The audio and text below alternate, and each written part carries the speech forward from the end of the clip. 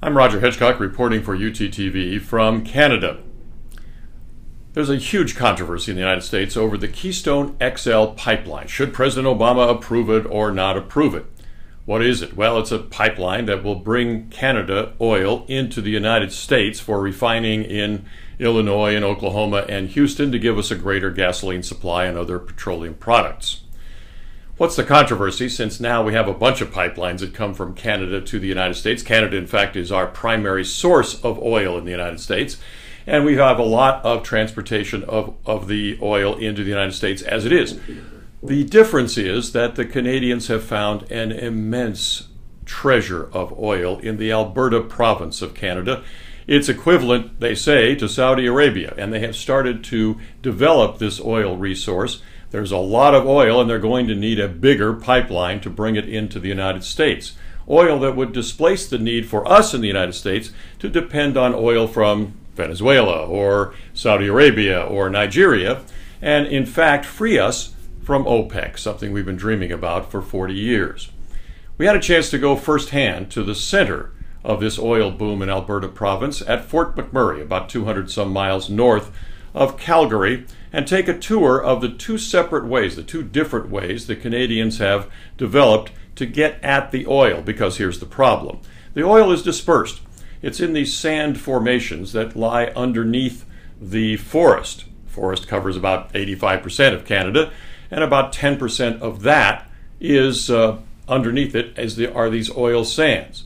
About 1/10% has been developed so far, but it shows the promise. So we went to the two different ways they do the drilling. One way is to find the oil relatively close to the surface, so they scrape off the trees and the topsoil and they get down to an open pit mine where the new ways of looking at this, they find the exact parameters of the oil field in the sand formation.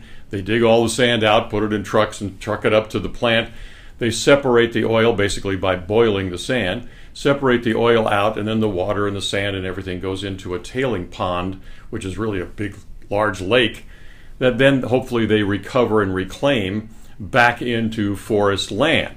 Now we'll describe that process in detail, but the second way of doing it, the Canadians are incredibly proud of, because they're very environmentally sensitive and they want to develop this oil in a way that doesn't destroy the forest.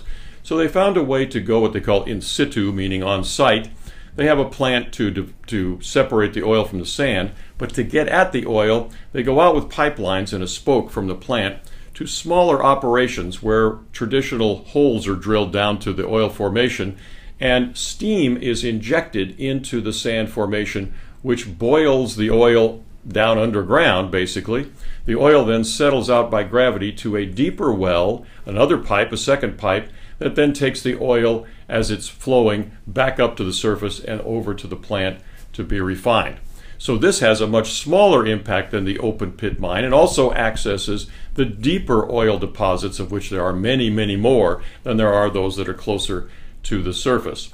We had a chance to talk to the manager of the Millennium Mine, which is this biggest of the open pit mines, the traditional mines. They've been operating for some time now in Alberta around Fort McMurray, where jobs, by the way, are plentiful. It's an oil boom town. It's like North Dakota. They've just simply got hundreds of jobs and nobody there to fill them. You can make $100,000 driving a truck in one of these huge trucks in the open pit mine there, the Millennium Mine at Fort McMurray.